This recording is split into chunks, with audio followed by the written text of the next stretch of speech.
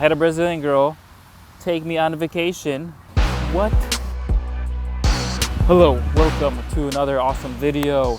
In Brazil, we are in Rio de Janeiro. A Brazilian girl offered to take me on vacation? Oh, man, what? Well, that's impressive. So this is the beginning of the story. We met in Rio de Janeiro.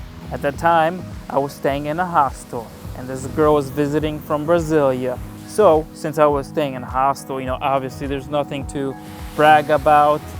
I was just being myself. And at that time, my Portuguese was very basic. But this girl, she spoke very good English. I was very impressed with her English, and she was also very impressed with her English. It was one of the very few Brazilians that spoke fluent English. We dated, we went on 2 dates in Rio de Janeiro before she had to go back to Brasilia, and we kept in contact. We messaged each other often while she was in Brasilia because she had a job there. She was full-time, working full-time in Brasilia. So one of our dates in Rio was at a bar, and at this bar we had drinks, and this girl loved whiskey. That was her favorite drink. So I'm gonna refer to her name as Whiskey Girl to respect her privacy. And if you want the entire story with intimate details, it's available in my book. Check out the book on my website. Before Whiskey Girl went back to Brasilia, she invited me to visit her. And why not? Of course, I wanted to visit another city in Brazil, so I chose to fly for a few days. And she offered to show me around Brasilia, but she really wanted to take me to Waterfall somewhere in Goias. That's another 3 hours. So I was like, oh, flying for 2 hours and then 3 more hours. Well, she was insistent on it. She said that's where everyone goes on vacation from Brasilia. That's an amazing place, very touristy. So I said, okay. So if we go to Waterfalls, how am I gonna get there? She said, no problem, I can drive you, I have a car. Oh, I was like, oh, that's amazing. When I arrived, she picked me up from the airport. So we went over to drive around Brasilia just for a few hours before getting ready to go to the waterfalls in Goiás. So we go on a 3-hour journey, and I see the beautiful landscape of Brasilia. It was very interesting. It was these dry lands that seemed desert-like.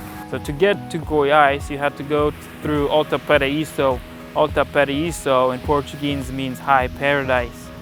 And high paradise had this statue of an alien, like they were proud of aliens or had some sightseeings of aliens in Goiás that they decided to put a monument of an alien there. So once we get there, we had another half-hour ride through this dirt path.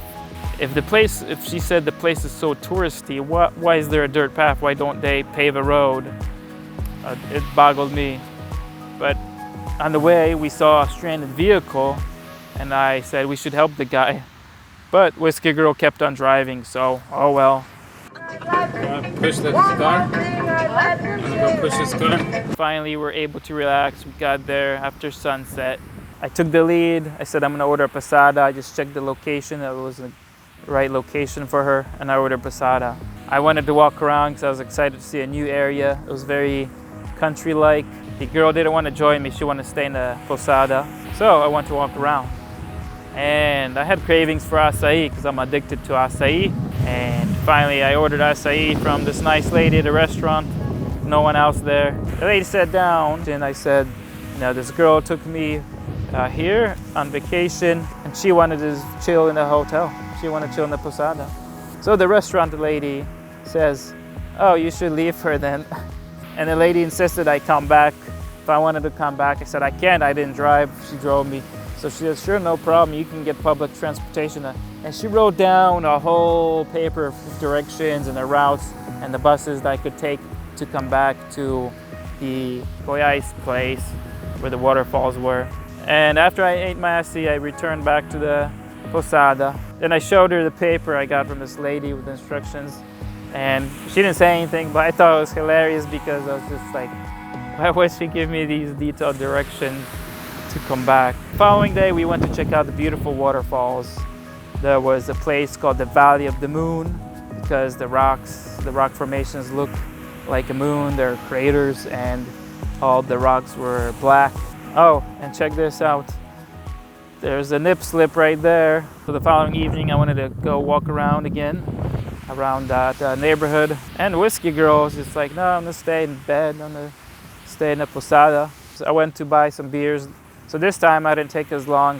When I got back to the posada, the door was locked, and I knocked on the door. She wasn't there. So I was like, what's going on? So I'm waiting in the lobby. I look for her. Whiskey Girl's not there. And then I look outside. Whiskey Girl's not there. I wait 5 more minutes. And a Whiskey Girl shows up, so I'm like scratching my head like. So this is what she told me had happened with her ex-boyfriend. They were hanging out one evening and a trip. She stayed in the posada. The guy went out and found another girl and didn't come back. So she thought I was gonna do the same. Anyway, we had a great time, we had a great trip. And the checkout time, the girl even offered to pay for half of the posada. I said, no, you already drove me around, you took me to a bunch of places. Another girl from Natal offered to buy me a flight to visit her. Can you believe that? Give me a like in the video if you want to hear about the story of a girl from Natal who offered to fly me to visit her. It's like amazing. Why? There's a helicopter.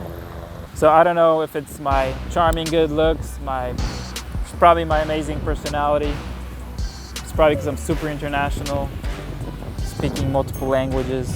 I usually just attract beautiful, smart girls. Yeah. Oh, boom.